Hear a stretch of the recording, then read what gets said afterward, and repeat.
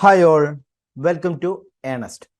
നമ്മൾ ഇന്ന് ഡിസ്കസ് ചെയ്യുന്നത് ഡി സി മിഷൻസ് ആണ്. അപ്പോൾ നമുക്കറിയാം ഡി സി മിഷൻസ് എന്ന് പറയുമ്പോൾ ഡി സി ജനറേറ്ററുകൾ, അതുപോലെ തന്നെ ഡി സി മോട്ടറുകൾ അല്ലേ. അപ്പോൾ ആ ഒരു മോഡ്യൂളിനകത്ത് നമുക്ക് പറഞ്ഞിട്ടുള്ളതും ഈ ഒരു ഡി സി ജനറേറ്ററിനെ കുറിച്ചും ഡി സി മോട്ടോറിനെ കുറിച്ചുമാണ് നമുക്ക് എന്ത് ചെയ്യുന്നത് കൂടുതലായിട്ട് പഠിക്കാനുള്ളത്. അപ്പൊ അതിന്റെ കൺസ്ട്രക്ഷൻ, അതുപോലെ തന്നെ മോട്ടോഴ്സിലേക്ക് വരുമ്പോൾ ഇതിന്റെ സ്പീഡ് കൺട്രോളിംഗ് മെത്തേഡ്സ്, അതിൽ ടൈപ്സ് ഓഫ് മോട്ടോഴ്സ് അല്ലെങ്കിൽ ടൈപ്സ് ഓഫ് ജനറേറ്റേഴ്സ്, ഇങ്ങനത്തെ കാര്യങ്ങളൊക്കെയാണ് എന്ത് ചെയ്യുന്നത് നമുക്ക് ഇന്നത്തെ ക്ലാസ്സിലൂടെ അല്ലെങ്കിൽ ഈ ഒരു ഡി സി മിഷൻസ് എന്ന് പറയുന്ന ഈ ഒരു മോഡ്യൂളിൽ നിന്ന് നമുക്ക് പ്രധാനമായിട്ടും ക്വസ്റ്റ്യൻ വരുന്ന ഏരിയാസ് എന്ന് പറയുന്നത്.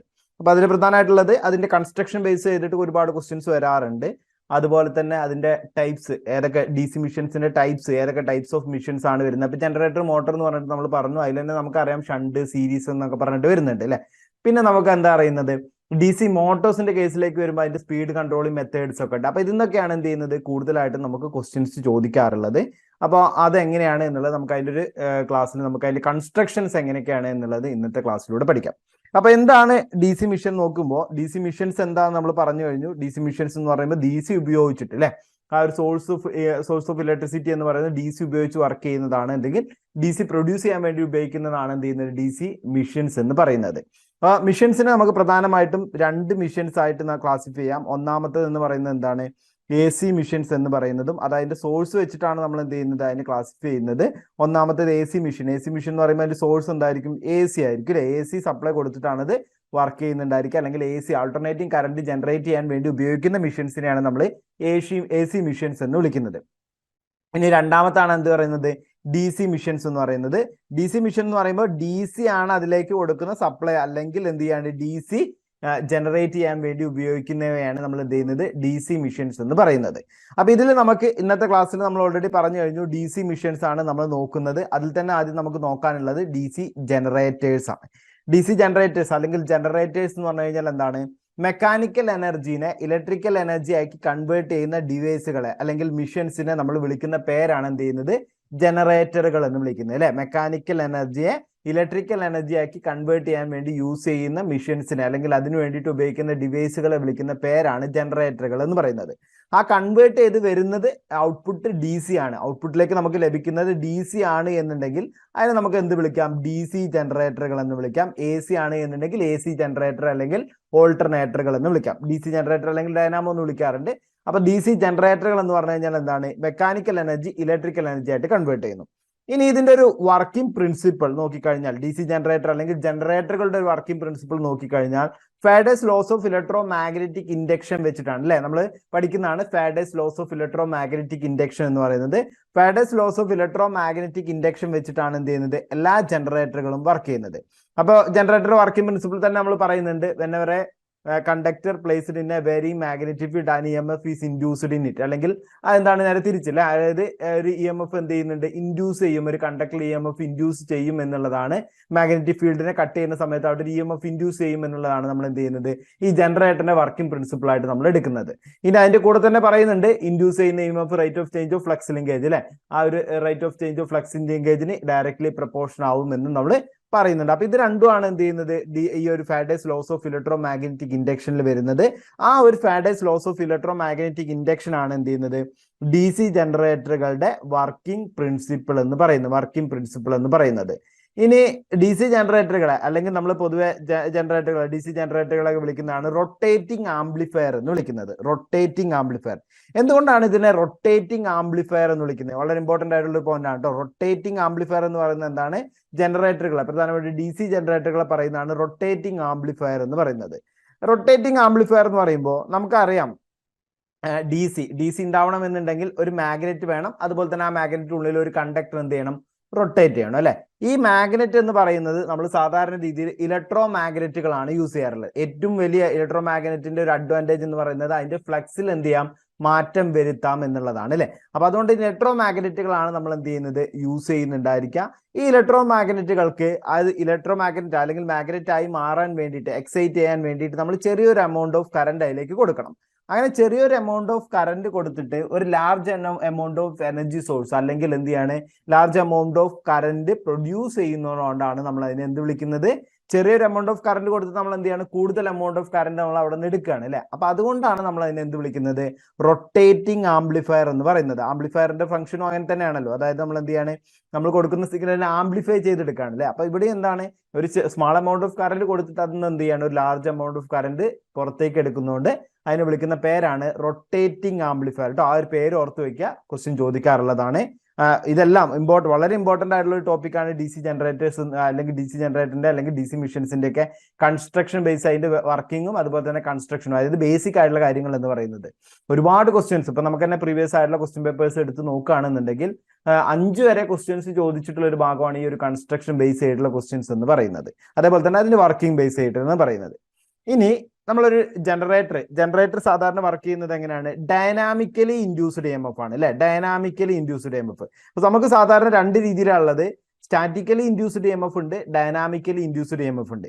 സ്റ്റാറ്റിക്കലി ഇൻഡ്യൂസ്ഡ് EMF എന്ന് പറഞ്ഞു കഴിഞ്ഞാൽ എന്താണ്, ഫ്ലക്സിൽ വ്യത്യാസം വന്നിട്ട് അവിടെ ഒരു കണ്ടക്ടർ എന്ത് ചെയ്യാണ്, സ്ഥിരമായിട്ട് നിന്നിട്ട് അവിടെ EMF ഇൻഡ്യൂസ് ചെയ്യുന്നതിനാണ് സ്റ്റാറ്റിക്കലി ഇൻഡ്യൂസ്ഡ് EMF എന്ന് പറയുന്നത്. എന്നാൽ ഡൈനാമിക്കലി ഇൻഡ്യൂസ്ഡ് EMF എന്ന് പറഞ്ഞു കഴിഞ്ഞാൽ എന്താണ്, അവിടെ ഫ്ലക്സിൽ വേരിയേഷൻ സംഭവിക്കാതെ കണ്ടക്ടർ റൊട്ടേറ്റ് ചെയ്തിട്ടാണ് EMF ഇൻഡ്യൂസ് ചെയ്യുന്നതെന്നുണ്ടെങ്കിൽ, കണ്ടക്ടറിന്റെ മൂവ്മെന്റ് കാരണമാണ് അവിടെ EMF ഇൻഡ്യൂസ് ചെയ്യുന്നതെന്നുണ്ടെങ്കിൽ അതിനെ വിളിക്കുന്ന പേരാണ് എന്ത് പറയുന്നത്, ഡൈനാമിക്കലി ഇൻഡ്യൂസ്ഡ് EMF എന്ന് പറയുന്നത് അല്ലെ. ഡൈനാമിക്കലി ഇൻഡ്യൂസ്ഡ് EMF എന്ന് പറയുന്നത്. അപ്പൊ ഇവിടെ നമുക്ക് അത് നോക്കിക്കഴിഞ്ഞാൽ മനസ്സിലാക്കാം, ഡൈനാമിക്കലി ഇൻഡ്യൂസ്ഡ് EMF ആണ് എന്നുണ്ടെങ്കിൽ അതിലെ EMF കണ്ടുപിടിക്കാനുള്ള ഇക്വേഷൻ എന്ന് പറയുന്നത്, EMF കണ്ടുപിടിക്കാനുള്ള ഇക്വേഷൻ എന്ന് പറയുന്നത് എന്താണ്, E is equal to BLV sin theta അല്ലെ. BLV sin theta എന്നാണ് വരുന്നത്. അപ്പൊ E is equal to, അതായത് dynamically induced EMF E is equal to, അതായത് induced EMF is equal to എന്താ വരുന്നത്, BLV sin theta. BLV sin theta എന്ന് പറയുമ്പോൾ ഇതാണോ, ഇതാണ് നമ്മളൊരു നോർത്ത് സൗത്ത് പോളുള്ള ഒരു മാഗ്നറ്റ്, അതിനിടയിൽ ഒരു കണ്ടക്ടർ പ്ലേസ് ചെയ്ത് കഴിഞ്ഞാൽ ഈ കണ്ടക്ടർ എന്ത് ചെയ്യുന്നുണ്ടായിരിക്കും, റൊട്ടേറ്റ് ചെയ്യുന്നുണ്ടായിരിക്കും. അങ്ങനെ റൊട്ടേറ്റ് ചെയ്യുന്ന സമയത്ത് അവിടെ ഒരു ഫ്ലക്സ് ഉണ്ടാവും അല്ലെ. അതാണ് നമ്മൾ എന്ത് പറയുന്നത്, ബി എന്ന് പറയുന്നത് ഫ്ലക്സ് ഡെൻസിറ്റി ആണ് പറയുന്നത്. എൽ എന്ന് പറയുന്നത് എന്താണ്, ലെങ്ത് ഓഫ് കണ്ടക്ടർ ആണ്. ആ കണ്ടക്ടറിന്റെ ലെങ്ത് എത്ര ഉണ്ട് എന്നുള്ള, അവിടെ EMF ഇൻഡ്യൂസ് ചെയ്യുന്നതിനെ ഡിപ്പെൻഡ് ചെയ്യുന്ന ഒരു ഫാക്ടർ എന്ന് പറയുന്നത് നമുക്ക് ലെങ്ത് ഓഫ് കണ്ടക്ടർ എന്ന് പറയാം അല്ലെ. ലെങ്ത് ഓഫ് കണ്ടക്ടർ ആണ് എൽ എന്ന് പറയുന്നത്. വി എന്ന് പറയുന്നത് വെലോസിറ്റി ആണ് കേട്ടോ. വെലോസിറ്റി, അത് എത്രത്തോളം മൂവ്മെന്റ് ഉണ്ട് അതിന്, അതിന്റെ വെലോസിറ്റി ആണ് എന്ത് പറയുന്നത്, വി എന്ന് പറയുന്നത്. അപ്പൊ BLV സൈൻ തീറ്റയില് വി എന്ന് പറയുന്നത് എന്താണ്, വെലോസിറ്റി ആണ്. സൈൻ തീറ്റ എന്ന് പറയുമ്പോൾ എന്താ വരുന്നുണ്ടായിരിക്കാം, സൈൻ തീറ്റ എന്ന് പറയുമ്പോൾ തീറ്റ എന്ന് പറയുന്നത് ഇതിന്റെ ആംഗിൾ ആണ്. അത് എത്രത്തോളം ആംഗിൾ അല്ലെ, റൊട്ടേറ്റ് ചെയ്തുകൊണ്ടിരിക്കുകയല്ലേ. അപ്പോൾ അതിനെ പെർപെൻഡിക്കുലർ ആയിട്ട് വരുമ്പോഴും പാരലൽ ആയിട്ട് വരുമ്പോഴും കട്ട് ചെയ്യുന്നതിൽ വ്യത്യാസം ഉണ്ടായിരിക്കും. അപ്പൊ അങ്ങനെ ആംഗിളിനനുസരിച്ചിട്ട് അവിടെ EMF മാറുന്നുണ്ടായിരിക്കും. അതാണ് ഡൈനാമിക്കലി ഇൻഡ്യൂസ്ഡ് EMFന്റെ ഇക്വേഷൻ എന്ന് പറയുന്നത്. BLV സൈൻ തീറ്റ ആണ് വരുന്നത്. ഇനി ഇവിടെ ഇൻഡ്യൂസ് ചെയ്ത് വരുന്ന EMF, അതായത് ഇപ്പൊ ഈ ഒരു ഭാഗം ഇതിനനുസരിച്ചിട്ട് ഇൻഡ്യൂസ് ചെയ്ത് വരുന്ന EMFന്റെ ആ ഒരു EMFന്റെ ഡയറക്ഷൻ പറയാൻ വേണ്ടിയിട്ട്, അതായത് നമ്മളിപ്പോ ഒരു ജനറേറ്ററിനകത്ത് ഇൻഡ്യൂസ് ചെയ്യുന്ന EMFന്റെ ഡയറക്ഷൻ പറയാൻ വേണ്ടി നമ്മൾ അവിടെ യൂസ് ചെയ്യുന്ന റൂളാണ് ഫ്ലെമിങ്സ് റൈറ്റ് ഹാൻഡ് റൂൾ എന്ന് പറയുന്നത്. അതായത് നമ്മൾ ജനറേറ്ററിൽ ഇൻഡ്യൂസ് ചെയ്യുന്ന EMFന്റെ direction of dynamically induced EMF can be identified this rule അല്ലെ. അതായത് ഡൈനാമിക്കലി ഇൻഡ്യൂസ് ചെയ്യുന്ന EMFന്റെ ഡയറക്ഷൻ പറയാൻ വേണ്ടി നമ്മൾ യൂസ് ചെയ്യുന്ന റൂളാണ് ഫ്ലെമിങ്സ് റൈറ്റ് ഹാൻഡ് റൂൾ എന്ന് പറയുന്നത്. ഫ്ലെമിങ്സ് റൈറ്റ് ഹാൻഡ് റൂൾ പ്രകാരം എന്താണ്, തമ്പ് എന്ന് പറയുന്നത് കണ്ടക്ടറിന്റെ മൂവ്മെന്റിനെ കാണിക്കുന്നു അല്ലെ. തമ്പ് എന്ന് പറയുന്നത്, റൈറ്റ് ഹാൻഡിലെ തമ്പ് എന്ന് പറയുന്നത് എന്താണ്, കണ്ടക്ടറിന്റെ മൂവ്മെന്റിനെ കാണിക്കുന്നു. മിഡിൽ ഫിംഗർ എന്ന് പറയുന്നത്, അല്ലെങ്കിൽ മിഡിൽ ഫിംഗർ എന്ന് പറയുന്നതാണ് നമുക്ക് എന്ത് ചെയ്യുന്നത്, ഇൻഡ്യൂസ് ചെയ്യുന്ന EMF കാണിക്കുന്നത്. ഫോർ ഫിംഗർ എന്ന് പറയുന്നത് മാഗ്നറ്റിക് ഫീൽഡിനെയുമാണ് കാണിക്കുന്നത്. ഫോർ ഫിംഗർ എന്ന് പറയുന്നത് മാഗ്നറ്റിക് ഫീൽഡിനെയാണ് കാണിക്കുന്നത്. അപ്പൊ ഇങ്ങനെയാണ് നമ്മൾ എന്ത് ചെയ്യാം നോക്കിയിട്ട്, അതായത് ഇപ്പൊ നമ്മൾ ആ ഒരു റൈറ്റ് ഹാൻഡ് ഉപയോഗിച്ചിട്ട് എന്ത് ചെയ്യാം, ഈ ഒരു മാഗ്നറ്റിക് ഫ്ലക്സ് എങ്ങനെയാണോ മൂവ് ചെയ്യുന്നത് അതിനനുസരിച്ച് വെച്ച് കഴിഞ്ഞാൽ കണ്ടക്ടറിന്റെ മൂവ്മെന്റ് കൂടി നോക്കി കഴിഞ്ഞാൽ നമുക്ക് മനസ്സിലാക്കാം എവിടേക്കാണ് കറന്റിന്റെ ഡയറക്ഷൻ വരുന്നതെന്ന്, ഏത് ഡയറക്ഷനിലാണ് കറന്റ് ഡയറക്ഷൻ വരുന്നത് എന്നുള്ളത്, ഇൻവേർഡ് ആണോ അതായത് ഇൻവേർഡ് ആണോ ഔട്ട്വേർഡ് ആണോ എന്നൊക്കെ നമുക്ക് എന്ത് ചെയ്യാം മനസ്സിലാക്കാം. അപ്പോൾ ആ ഒരു ഡയറക്ഷൻ DC ജനറേറ്റർ ആണെന്നുണ്ടെങ്കിലും ആ ഒരു ഡയറക്ഷൻ പറയാൻ വേണ്ടിയിട്ട് നമ്മൾ യൂസ് ചെയ്യുന്നത് ഫ്ലെമിങ്സ് റൈറ്റ് ഹാൻഡ് റൂൾ ആണ് നമ്മൾ യൂസ് ചെയ്യുന്നുണ്ടായിരിക്കാം. ഇനി നമുക്ക് നോക്കാനുള്ളതാണ് വളരെ ഇമ്പോർട്ടന്റ് ആയിട്ടുള്ള ഭാഗം എന്ന് പറയുന്നത് പാർട്സ് ഓഫ് DC ജനറേറ്റർ അല്ലെങ്കിൽ കൺസ്ട്രക്ഷൻ ഓഫ് DC ജനറേറ്റർ എന്ന് പറയുന്നത്. പ്രധാനപ്പെട്ട ഭാഗങ്ങൾ ഏതാണ് എന്നുള്ളതും ആ പ്രധാനപ്പെട്ട ഭാഗങ്ങളിൽ നിന്ന് നമുക്ക് ചോദിക്കുന്ന ക്വസ്റ്റ്യൻസ്, അതായത് വളരെ ഇമ്പോർട്ടന്റ് ആയിട്ടുള്ള ക്വസ്റ്റ്യൻസും ആണ് നമ്മൾ എന്ത് ചെയ്യുന്നത്, ക്വസ്റ്റ്യൻസ് പറഞ്ഞു കഴിഞ്ഞാൽ അതിന്റെ ഭാഗങ്ങളുമാണ് നമ്മൾ എന്ത് ചെയ്യുന്നത് ഈ ഒരു കൺസ്ട്രക്ഷനിൽ പഠിക്കുന്നത്. അത് വളരെ ഇമ്പോർട്ടന്റ് ആണ്, കാരണം ഒരുപാട് ക്വസ്റ്റ്യൻസ് ഈ കൺസ്ട്രക്ഷനിൽ നിന്നും ബേസ് ചെയ്തിട്ട് നമ്മളോട് ചോദിക്കുന്നുണ്ട്. അപ്പോൾ ഏറ്റവും ഇമ്പോർട്ടൻ്റ് ആയിട്ട് നമ്മൾ നോക്കുമ്പോൾ ഒരു ഡി സി മിഷൻ അല്ലെങ്കിൽ ഒരു D C generator, D C mission എന്ന് പറയാം, ഡി സി മിഷനും ഡി സി ജനറേറ്ററിന്റെയും, അതായത് ഡി സി മോട്ടർ ആണെന്നുണ്ടെങ്കിലും ഡി സി ജനറേറ്റർ ആണെന്നുണ്ടെങ്കിലും കൺസ്ട്രക്ഷനിൽ വളരെ ഒരുപാട് സാമ്യത ഉണ്ടായില്ല അല്ലെ, രണ്ടും നമുക്ക് ഒരുപോലെയാണ് ഏകദേശം വരുന്നത്. അപ്പൊ അതുകൊണ്ട് തന്നെ അതിന്റെ വർക്കിംഗ് പ്രിൻസിപ്പിൾ മാത്രമേ മാറ്റം വരുന്നുള്ളൂ, രണ്ടും തമ്മിൽ വർക്ക് ചെയ്യുന്നത് ഒരുപോലെയാണ്. വർക്കിംഗ് പ്രിൻസിപ്പിൾ എന്ന് പറയുമ്പോൾ അതിന് ആ ഒരു ഔട്ട്പുട്ട് കിട്ടുന്നതിനാണ് നമുക്ക് എന്ത് ചെയ്യുന്നത്, മാറ്റം വരുന്നുണ്ടായിരിക്കും അല്ലെ. അപ്പൊ ഇവിടെ നമുക്ക് നോക്കിക്കഴിഞ്ഞാൽ അതിന്റെ ഏറ്റവും ഇമ്പോർട്ടന്റ് ആയിട്ടുള്ള ഭാഗമാണ് ഏറ്റവും പുറമെ കാണുന്ന ഫ്രെയിം ഓർ യോക്ക് എന്ന് പറയുന്ന ഏറ്റവും പുറം ഭാഗത്ത് കാണുന്ന ഭാഗം അല്ലെ. ആ ഒരു മെറ്റൽ കേസിംഗ് വരുന്ന ഭാഗമാണ് എന്ത് ചെയ്യുന്നത്, ഫ്രെയിം അല്ലെങ്കിൽ യോക്ക് എന്ന് പറയുന്നത്. പിന്നെ ഫീൽഡ് പോളുകളും പോൾ ഷൂസും ഉണ്ടായിരിക്കും. ഫീൽഡ് പോൾ ഉണ്ടായിരിക്കും, പോൾ ഷൂസ് ഉണ്ടായിരിക്കും. അവിടെയാണ് ഇപ്പൊ നമ്മൾ നേരത്തെ പറഞ്ഞു അല്ലെ, ഒരു മാഗ്നറ്റിക് ഫീൽഡ് അവിടെ വേണം, മാഗ്നറ്റ് വേണം. ആ മാഗ്നറ്റ് ഉണ്ടാവുന്ന ഭാഗമാണ് എന്ത് ചെയ്യുന്നത്, ഫീൽഡ് പോള് അല്ലെങ്കിൽ പോൾ ഷൂസ് എന്ന് പറയുന്നത്. പിന്നെ ആ ഫീൽഡിൽ മാഗ്നറ്റിക് ഫ്ലക്സ് ഉണ്ടാവണം എന്നുണ്ടെങ്കിൽ അവിടെ നമുക്ക് എന്ത് വേണം, അതിലേക്ക് ഇലക്ട്രിസിറ്റി കടത്തിവിടണം. അങ്ങനെ ഇലക്ട്രിസിറ്റി കടത്തിവിടാൻ വേണ്ടിയിട്ട് ഫീൽഡ് കോയിൽസും ഫീൽഡ് വൈൻഡിങ്സും ഉണ്ടായിരിക്കും. അപ്പൊ ഈ കാണുന്ന ഭാഗമാണ് എന്ത് ചെയ്യുന്നത്, ഫീൽഡ് കോയിൽ, അതുപോലെ തന്നെ ഫീൽഡ് വൈൻഡിങ്, അതുപോലെ തന്നെ ഫീൽഡ് പോൾ എന്നൊക്കെ പറയുന്ന ഭാഗമാണ് ഈ ഒരു കാണുന്നത്. ഇനി അതിലേക്ക് ഇ എം എഫ് ഇൻഡ്യൂസ് ചെയ്യുന്ന ഭാഗം, അതായത് കണ്ടക്റ്റീവ് പാർട്ട് അല്ലെ, കണ്ടക്ടറിന്റെ ഭാഗമായിട്ട് വരുന്നതാണ് എന്ത് ചെയ്യുന്നത്, ആർമേച്ചർ കോറും ആർമേച്ചർ വൈൻഡിങ് എന്ന് പറയുന്നതും ഡീറ്റെയിൽഡ് ആയിട്ട് നമുക്ക് നോക്കാം. Armature core and armature winding ആണ് എന്ത് ചെയ്യുന്നത്, അതിന്റെ ഒരു കണ്ടക്റ്റീവ് പാർട്ട് എന്ന് പറയുന്നത്, ഇ എം എഫ് ഇൻഡ്യൂസ് ചെയ്യുന്ന ഒരു കണ്ടക്റ്റീവ് പാർട്ട് എന്ന് പറയുന്നത്. ഇനിയുള്ളതാണ് കമ്മ്യൂട്ടേറ്റർ. കമ്മ്യൂട്ടേറ്റർ എന്ന് പറയുമ്പോൾ എന്താണ്, അവിടെ പ്രൊഡ്യൂസ് ചെയ്യുന്ന ഇലക്ട്രിസിറ്റിയിൽ ചേഞ്ച് വരുത്തുന്നതിന് യൂസ് ചെയ്യുന്ന ഭാഗമാണ് കമ്മ്യൂട്ടേറ്റർ. നമുക്ക് ഡീറ്റെയിൽ ആയിട്ട് നോക്കാം, ജസ്റ്റ് ഒന്ന് പറഞ്ഞു പോകാം അല്ലെ, ഏതൊക്കെയാണ് ഭാഗങ്ങൾ എന്ന് പറയുന്നത്. ഇതാണ് നമ്മളെ കമ്മ്യൂട്ടേറ്റർ എന്ന് പറയുന്ന ഭാഗം കേട്ടോ, ഷാഫ്റ്റിലേക്ക് ഘടിപ്പിച്ച രീതിയിൽ ഉണ്ടാവുന്ന കമ്മ്യൂട്ടേറ്റർ എന്ന് പറയുന്നത്. ഈ കമ്മ്യൂട്ടേറ്റർ റൊട്ടേറ്റ് ചെയ്തുകൊണ്ടിരിക്കും, ആർമേച്ചർ തന്നെ റൊട്ടേറ്റ് ചെയ്തുകൊണ്ടിരിക്കും അല്ലെ, റൊട്ടേറ്റ് ചെയ്യുന്ന ഭാഗമാണ്. അങ്ങനെ റൊട്ടേറ്റ് ചെയ്യുന്നതുകൊണ്ടാണ് അവിടെ എന്ത് ചെയ്യുന്നത്, ഇ എം എഫ് ഇൻഡ്യൂസ് ചെയ്യുന്നത്. അങ്ങനെ റൊട്ടേറ്റ് ചെയ്യുന്ന ഭാഗത്ത് നിന്നും ഇലക്ട്രിസിറ്റി കളക്ട് ചെയ്യുന്നതിന് വേണ്ടിയിട്ട് യൂസ് ചെയ്യുന്നതാണ് ബ്രഷസ് എന്ന് പറയുന്നത്. പിന്നെയുള്ളതാണ് ബെയറിംഗ്സ് ആൻഡ് എൻഡ് പ്ലേറ്റ് എന്ന് പറയുന്നത്. ബെയറിംഗ്സ് ആൻഡ് എൻഡ് പ്ലേറ്റ് എന്ന് പറയുമ്പോൾ നമുക്ക് എന്താ ഉള്ളത്, നമുക്കറിയാം അല്ലെ, ബെയറിംഗ്സും എൻഡ് പ്ലേറ്റും ഒക്കെ ഷാഫ്റ്റ് ഉണ്ട്. ആ ഷാഫ്റ്റിനെ ഫ്രീ റൊട്ടേഷന് വേണ്ടിയിട്ട് ആ ഷാഫ്റ്റിനെ ഘടിപ്പിക്കുന്നതാണ് ബെയറിംഗ്സ് എന്ന് പറയുന്നത്. പിന്നെ അതിന്റെ ഒരു എൻഡ് പ്ലേറ്റ് ഉണ്ടായിരിക്കും അവസാനത്തെ ഭാഗമായിട്ട് വരുന്നത്. ഇനിയുള്ളതാണ് എയർ ഫിൽട്ടർ ഫോർ ഫാൻ. ഫാനിന് വേണ്ടിയിട്ട് ഒരു എയർ ഫിൽട്ടർ ഉണ്ടായിരിക്കും, കൂളിംഗ് പ്രോപ്പർട്ടിക്ക് വേണ്ടിയിട്ട് നമ്മൾ ഫാൻ യൂസ് ചെയ്യുന്നുണ്ടായിരിക്കും. പിന്നെ അവസാനമായിട്ട് ഷാഫ്റ്റ് ആണെന്നുണ്ടെങ്കിൽ മോട്ടറിനും ജനറേറ്ററിനും ആ ഷാഫ്റ്റ് എന്തിനു വേണ്ടിയിട്ടാണ് യൂസ് ചെയ്യുന്നത്, മോട്ടർ ആണെന്നുണ്ടെങ്കിൽ ഈ ഷാഫ്റ്റിലൂടെയാണ് നമുക്ക് ഔട്ട്പുട്ട് കിട്ടുന്നത് അല്ലെ, അതിൻ്റെ ഒരു ഔട്ട്പുട്ട് കിട്ടുന്നത്. എന്നാൽ ജനറേറ്റർ ആണെങ്കിൽ ഷാഫ്റ്റിലൂടെയാണ് നമ്മൾ എന്ത് ചെയ്യുന്നത്, ഇൻപുട്ട് അങ്ങോട്ട് കൊടുക്കുന്നത്. അതായത് ജനറേറ്റർ റൊട്ടേറ്റ് ചെയ്യണമെന്നുണ്ടെങ്കിൽ ഈ ഷാഫ്റ്റിന് നമ്മൾ എന്ത് ചെയ്യണം, റൊട്ടേറ്റ് ചെയ്യിപ്പിക്കണം. അപ്പൊ ഇത്രയാണ് എന്ത് ചെയ്യുന്നത്, പ്രധാനപ്പെട്ട കൺസ്ട്രക്ഷൻ ഭാഗങ്ങൾ എന്ന് പറയുന്നത്. അതായത് ഒരു ഡി സി ജനറേറ്ററിന്റെ പ്രധാനപ്പെട്ട പാർട്സ് എന്ന് പറയുന്നത് ഇതാണ്. ഇനി ഇതിൽ നമുക്ക് ഓരോ പാർട്ടിന്റെയും വർക്കിംഗ്, അതിന്റെ മെറ്റീരിയൽസ് വളരെ ഇമ്പോർട്ടന്റ് ആയിട്ടുള്ളതാണ്. മെറ്റീരിയൽസ്, അതായത് ഒരു ക്വസ്റ്റ്യൻ ആണെന്നുണ്ടെങ്കിൽ ഒരു മെറ്റീരിയൽസിന്റെ ക്വസ്റ്റ്യൻ എങ്ങനെയായാലും എന്ത് ചെയ്യും, ഈ മോഡ്യൂളിൽ നിന്ന് ചോദിക്കുന്നുണ്ടായിരിക്കും. പല പ്രീവിയസ് ക്വസ്റ്റ്യൻ പേപ്പറിലും 5 ക്വസ്റ്റ്യൻ വരെ ചോദിച്ചതാണ് ഈ ഒരു കൺസ്ട്രക്ഷൻ എന്ന് പറയുന്ന പാർട്ട് കേട്ടോ. 5 ക്വസ്റ്റ്യൻ വരെ കൺസ്ട്രക്ഷൻ. നമുക്കറിയാം, നമുക്ക് ഈ ഒരു സിലബസ് അനുസരിച്ച് ഒരു 10 മാർക്കിന്റെ മൊഡ്യൂൾ ആണ് എന്ത് ചെയ്യുന്നത്, ഡി സി മിഷൻ എന്ന് പറയുന്നത്. അപ്പൊ അതിൽ 5 ക്വസ്റ്റ്യൻ വരെ ചോദിച്ചിട്ടുണ്ട് എന്ത് ചെയ്യുന്നത്, കൺസ്ട്രക്ഷൻ മാത്രമായിട്ട് കേട്ടോ. അപ്പൊ അതുകൊണ്ട് നമുക്കത് വളരെ ഇമ്പോർട്ടന്റ് ആണെന്ന് മനസ്സിലാക്കാം അല്ലെ, വളരെ വെയിറ്റേജ് കൂടുതലുള്ള ഒരു ഭാഗമാണ് കൺസ്ട്രക്ഷൻ എന്ന് പറയുന്നത്. അപ്പൊ അതിൽ ഒന്നാമത്തതാണ് ബോഡി അല്ലെങ്കിൽ ഫ്രെയിം അല്ലെങ്കിൽ യോക്ക് എന്ന് പറയുന്ന ഭാഗം. അപ്പൊ നമുക്കറിയാം, ഇതുപോലെ ഈ ഒരു പുറമേ കാണുന്ന ഭാഗത്തെയാണ് ബോഡി അല്ലെങ്കിൽ ഫ്രെയിം അല്ലെങ്കിൽ യോക്ക് എന്ന് നമ്മൾ പറയുന്നത്. അതിൽ ഇമ്പോർട്ടന്റ് ആയിട്ട് കുറച്ച് കാണുന്ന ഭാഗങ്ങളാണ് ടെർമിനൽ ബോക്സ്. ടെർമിനൽ ബോക്സ് എന്ന് പറയുമ്പോൾ ഇൻ ആൻഡ് ഔട്ട് കൊടുക്കുന്നതിന് വേണ്ടിയിട്ട്, അതായത് നമ്മൾ എക്സൈറ്റിംഗ് കറന്റ് കൊടുക്കുന്നതിന് വേണ്ടിയിട്ടും അതേപോലെ തന്നെ ഔട്ട്പുട്ട് കറന്റ് വോൾട്ടേജ് എടുക്കുന്നതിന് വേണ്ടിയിട്ടും ഒരു ടെർമിനൽ ബോക്സ് അവിടെ ഉണ്ടായിരിക്കും. ഒരു ലിഫ്റ്റ് ഐ ഉണ്ട്. ലിഫ്റ്റ് ഐ എന്ന് പറയുന്നത് എന്തിനാണ്, പൊക്കി എടുക്കുന്നതിന് വേണ്ടിയിട്ട് നമ്മളെ ഹെൽപ്പ് ചെയ്യുന്നതാണ് ലിഫ്റ്റ് ഐ എന്ന് പറയുന്നത്. ഫ്രെയിം എന്ന് പറയുന്ന ഭാഗത്തിലാണ് ഇതെല്ലാം ഉണ്ടായിരിക്കുക. പിന്നെന്താണ്, ഫീറ്റ് എന്ന് പറയുന്ന ഒരു ഭാഗം ഉണ്ടായിരിക്കും. ഫീറ്റ് എന്ന് പറയുന്ന ഭാഗം എന്ന് പറയുന്നത് എന്താണ്, ഏറ്റവും താഴെ ഭാഗത്ത് അതിനൊരു സ്റ്റേഷനറി ആയിട്ട് നിർത്താൻ വേണ്ടിയിട്ട് അല്ലെ, ഒരു ഉറപ്പിച്ച് നിർത്താൻ വേണ്ടിയിട്ട് നമ്മൾ യൂസ് ചെയ്യുന്ന ഭാഗമാണ് ഫീറ്റ് എന്ന് പറയുന്നത്. ഇനി എന്തിനു വേണ്ടിയിട്ടാണ് നമ്മൾ ബോഡി അല്ലെങ്കിൽ ഫ്രെയിം അല്ലെങ്കിൽ യോക്ക് യൂസ് ചെയ്യുന്നത്, അത് ശരിക്കും പറഞ്ഞു കഴിഞ്ഞാൽ ഇതൊരു പോളിന്റെ മെക്കാനിക്കൽ സപ്പോർട്ടാണ് എന്ത് പറയുന്നത്, ഈ ഒരു ബോഡി അല്ലെങ്കിൽ ഫ്രെയിം എന്ന് പറയുന്നത്. ഏറ്റവും ഇമ്പോർട്ടന്റ് ആയിട്ടുള്ള അപ്ലിക്കേഷൻ എന്ന് പറയുമ്പോൾ നമുക്കറിയാം, അതിന്റെ ഒരു പുറമേയുള്ള കേസിങ്, ഒരു പ്രൊട്ടക്റ്റീവ് കവറിങ് എടുക്കുന്നുണ്ട്.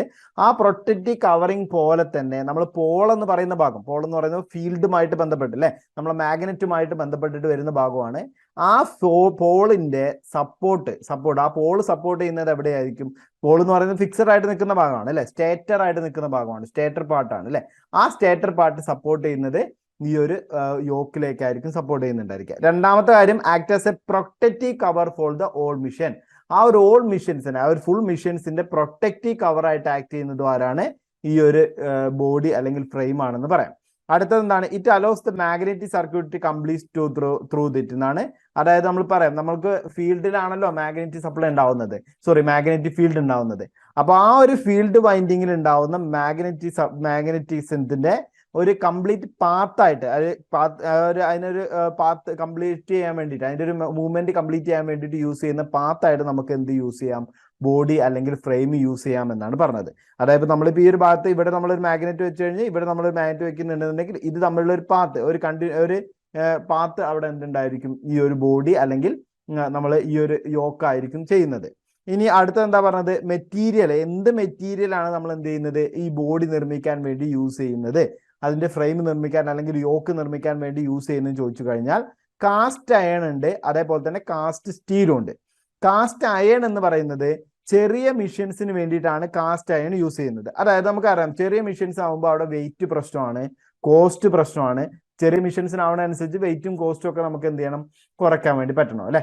അപ്പൊ അതിന് വേണ്ടിയിട്ട് നമ്മൾ യൂസ് ചെയ്യുന്നതാണ് എന്ത് ചെയ്യുന്നത്? കാസ്റ്റ് അയൺസ് എന്ന് പറയുന്നത് കേട്ടോ. ചെറിയ മിഷൻസിന് വേണ്ടിയിട്ട് യൂസ് ചെയ്യുന്നതാണ് കാസ്റ്റ് അയൺ. യോക്ക് നിർമ്മിക്കാൻ വേണ്ടി യൂസ് ചെയ്യുന്നത് കാസ്റ്റ് അയൺ. ഇനി റോൾഡ് സ്റ്റീലുണ്ട്, അതുപോലെ തന്നെ കാസ്റ്റ് സ്റ്റീലുണ്ട്. റോൾഡ് സ്റ്റീലുണ്ട്, കാസ്റ്റ് സ്റ്റീലുണ്ട്. ലാർജ് മിഷൻസിന് വേണ്ടി നമ്മൾ യൂസ് ചെയ്യുന്നതാണ് റോൾഡ് സ്റ്റീൽ അല്ലെങ്കിൽ കാസ്റ്റ് സ്റ്റീൽ എന്ന് പറയുന്നത്. റോൾഡ് സ്റ്റീൽ അല്ലെങ്കിൽ കാസ്റ്റ് സ്റ്റീൽ എന്ന് പറയുന്നത്. അപ്പൊ ബോഡി നിർമ്മിക്കാൻ വേണ്ടി ഉപയോഗിക്കുന്ന മെറ്റീരിയൽ കാസ്റ്റ് അയൺ എന്ന് പറയുന്നത് സ്മാൾ മിഷൻസിന് വേണ്ടിയിട്ടും റോൾഡ് സ്റ്റീൽ അല്ലെങ്കിൽ കാസ്റ്റ് സ്റ്റീൽ എന്ന് പറയുന്നത് ലാർജ് മിഷൻസിന് വേണ്ടിയിട്ടാണ് യൂസ് ചെയ്യുന്നത്.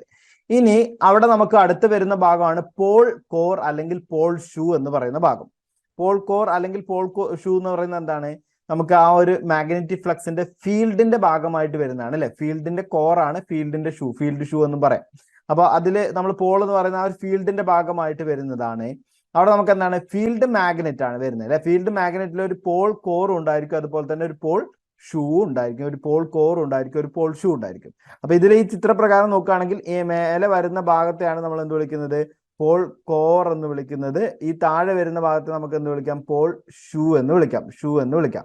അപ്പൊ ഇങ്ങനെയാണ് നമുക്ക് അവിടെ കാണുന്നുണ്ടായിരിക്കുക. ഇനി ഇതിലൊക്കെ വൈൻഡിങ് ഉണ്ടായിരിക്കും, അത് പോൾ വൈൻഡിങ്സ് നമുക്ക് എന്ത് ചെയ്യും? ഇതിൽ കാണുന്നുണ്ടായിരിക്കും അല്ലെ? പോൾ വൈൻഡിങ്സ് അല്ലെങ്കിൽ ഫീൽഡ് വൈൻഡിങ്സ് നമ്മൾ കൊടുക്കുന്നുണ്ടായിരിക്കും. അപ്പൊ ഫീൽഡ് മാഗ്നറ്റ് എന്ന് പറയുന്നത് പോൾ കോറും പോൾ ഷൂവും കൂടെ ആയിട്ടാണ് വരുന്നത്. പോൾ കോർ എന്ന് പറയുന്നത് കാസ്റ്റ് അയൺ അല്ലെങ്കിൽ കാസ്റ്റ് സ്റ്റീൽ ഉപയോഗിച്ച് അത് സോളിഡ് ആയിട്ടോ, ഇനിയിപ്പോ മോഡേൺ മെഷീൻസ് ഒക്കെ ആണ് എന്നുണ്ടെങ്കിൽ എങ്ങനെയായിരിക്കും? ലാമിനേറ്റഡ് ആയിട്ടോ ആണ് നമ്മൾ യൂസ് ചെയ്യുന്നുണ്ടായിരിക്കും. അപ്പൊ പോൾ കോർ എന്ന് മെയ്ഡ് ചെയ്യുന്നത് എന്താണ്? കാസ്റ്റ് അയണോ അല്ലെങ്കിൽ കാസ്റ്റ് സ്റ്റീലോ ഉപയോഗിച്ചിട്ടാണ് നമ്മൾ എന്ത് ചെയ്യുന്നത്? പോൾ കോർ നമ്മൾ മെയ്ഡ് ചെയ്യുന്നത്. ഇനി പോൾ ഷൂ ആണ് എന്നുണ്ടെങ്കിൽ ലാമിനേറ്റഡ് സിലിക്കൺ സ്റ്റീലാണ് കേട്ടോ. ലാമിനേറ്റഡ് സിലിക്കൺ സ്റ്റീൽ ഉപയോഗിച്ചിട്ടാണ് എന്ത് ചെയ്യുന്നത്? നിർമ്മിക്കുന്നത്. അപ്പൊ ഇവിടെ സിലിക്കൺ സ്റ്റീൽ ഉപയോഗിക്കുന്നത് ഹിസ്റ്റെറിസിസ് ലോസ് കുറയ്ക്കാൻ വേണ്ടിയിട്ടും ലാമിനേറ്റഡ് സിലിക്കൺ സ്റ്റീൽ ഉപയോഗിക്കാൻ കാരണം, ലാമിനേഷൻ ഉപയോഗിക്കാൻ കാരണം എഡി കറന്റ് ലോസ് കുറയ്ക്കാൻ വേണ്ടിയിട്ടാണ്. സിലിക്കൺ സ്റ്റീൽ എന്ന് പറയുന്നത് ഹിസ്റ്റെറിസിസ് ലോസ് കുറയ്ക്കാൻ വേണ്ടിയിട്ടും ലാമിനേഷൻ കൊടുക്കുന്നത് എന്തിനു വേണ്ടിയിട്ടാണ്? എഡി കറന്റ് ലോസ് കുറയ്ക്കാൻ വേണ്ടിയിട്ടാണ്. അപ്പൊ പോൾ കോർ എന്ന് പറയുന്നത് കാസ്റ്റ് അയൺ അല്ലെങ്കിൽ കാസ്റ്റ് സ്റ്റീൽ ഉപയോഗിച്ചിട്ട്, സോളിഡ് പീസ് ആയിട്ടുള്ള കാസ്റ്റ് അയണോ കാസ്റ്റ് സ്റ്റീലോ ഉപയോഗിച്ചിട്ടാണ് നിർമ്മിക്കുന്നത്. എന്നാൽ പോൾ ഷൂ എന്ന് പറയുന്നത് നമ്മൾ സിലിക്കൺ സ്റ്റീൽ ഉപയോഗിച്ചിട്ടാണ് എന്ത് ചെയ്യുന്നത്? ലാമിനേറ്റഡ് ആയിട്ടുള്ള സ്റ്റീൽ ഉപയോഗിച്ചിട്ടാണ് നമ്മൾ എന്ത് ചെയ്യുന്നത്? പോൾ ഷൂ നമ്മൾ നിർമ്മിക്കുന്നത്.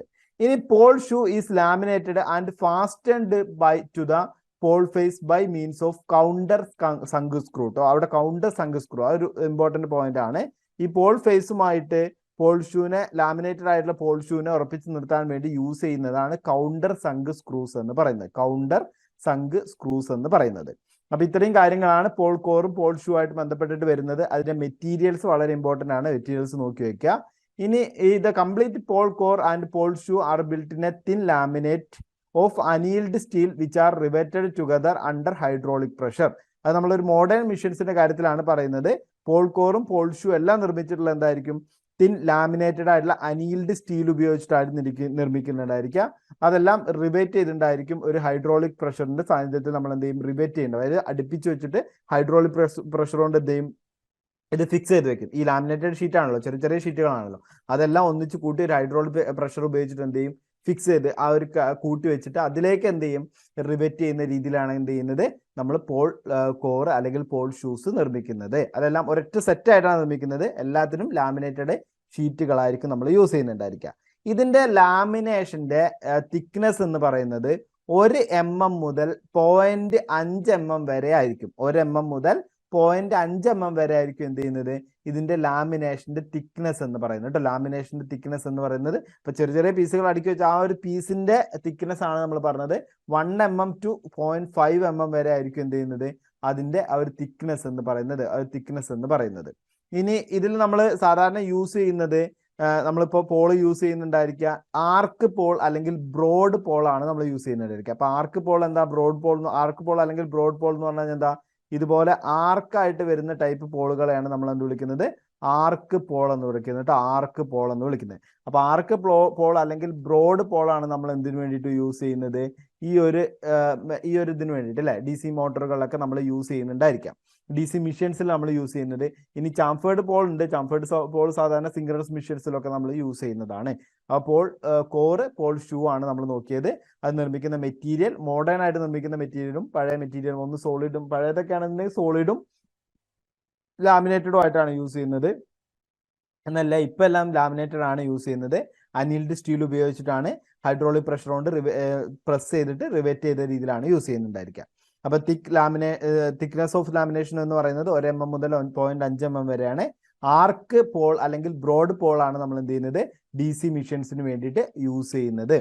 ഇനി പോൾ ആർക്ക് എന്ന് പറയുന്നത് 70% ഓഫ് ദ പോൾ പിച്ച് ആയിരിക്കും. അപ്പൊ എന്താ പോൾ പിച്ച് എന്ന് പറഞ്ഞു കഴിഞ്ഞാൽ, പോൾ പിച്ച് എന്ന് പറയുന്നത് ഒരു 2 പോളിന്റെയും സെന്ററുകൾ തമ്മിലുള്ള സെന്റർ ടു സെന്റർ ഡിസ്റ്റൻസിനെയാണ് നമ്മൾ എന്ത് വിളിക്കുന്നത് പോൾ പിച്ച് എന്ന് പറയുന്നത്.